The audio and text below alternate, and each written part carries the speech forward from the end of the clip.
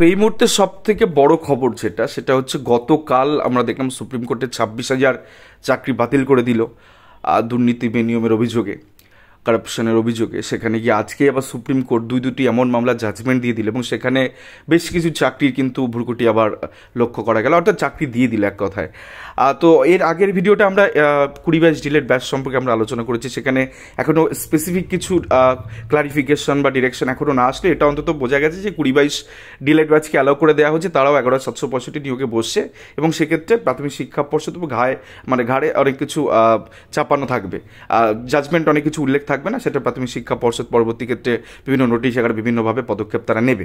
এবার এই যে এনআরএস ডিলেট, পশ্চিমবঙ্গ তরফ থেকে যে এনআরএস ডিলেটের মামলা সুপ্রিম কোর্টের জাজমেন্টের জন্য ছিল জাস্টিস গাওয়াইসের ডিভিশন বেঞ্চে, সেখানে অনেকগুলো জিনিস স্পেসিফিক করে বলে দেওয়া হচ্ছে এবং সেগুলোর মধ্যে নাম্বার 1, এনআরএস ডিলেট যারা 2017 সালে 10 আগস্ট মেবি তার মধ্যে যারা এনআরএস ডিলেট ওই ওয়ান টাইম উইন্ডোর মধ্যে যারা ঢুকেছিলেন, ট্রেনিং কমপ্লিট করেছেন 18 মাসের ডিলেট কোর্স, ট্রেনিং কোর্স, তো তারা সেক্ষেত্রে ভ্যালিড এবং পরবর্তী ক্ষেত্রে যে 2 বছর সময় লেগেছে তাদের কমপ্লিট করতে। তো এই ফেজে যারা ছিলেন তারা প্রত্যেকে প্রমোশনাল অ্যাসপেক্টে এবং সেক্ষেত্রে তারা রিক্রুটমেন্টে বসবেন এবং 11,765-তে বসায় অ্যালাউ করে দিয়েছে। অর্থাৎ 90 দিনের মধ্যে তাদের যে নথি, তাদের যে এনআরএস যে তারা অরিজিনালি পিবিএস স্কুলে চাকরি করতে সেই সমস্ত নথি যা আছে সেগুলোকে ভেরিফিকেশন করে প্রাথমিক শিক্ষা পর্ষদ তারপরে 90 দিনের মধ্যে তাদের অ্যাপয়েন্টমেন্ট দেবে।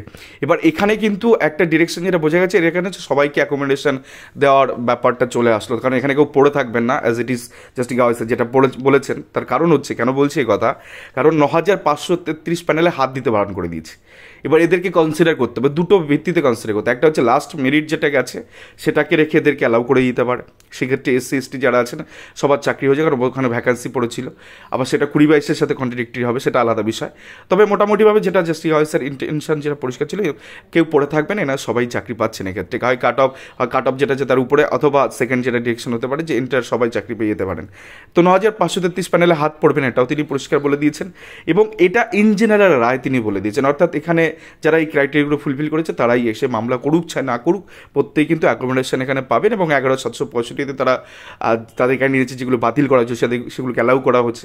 তো তাদের সেক্ষেত্রে প্রাথমিক শিক্ষা পর্ষদ দুইভাবে দেখতে পারে, এক কাট অফের উপরে যদি পায় তাদের দিতে পারে, আদারওয়াইজ সবাইকে দিতে পারে। কারণ যেহেতু 9,533 প্যানেল হাত পড়ছে না, তো সেক্ষেত্রে সবার পাওয়ার সম্ভাবনা আমার ভীষণ, 99.99% এখানে এনআরএস ডিলেটটা পাবেন। তো একদিকে চাকরি হচ্ছে, এটা পশ্চিমবঙ্গে খুবই একটা ভালো কথা।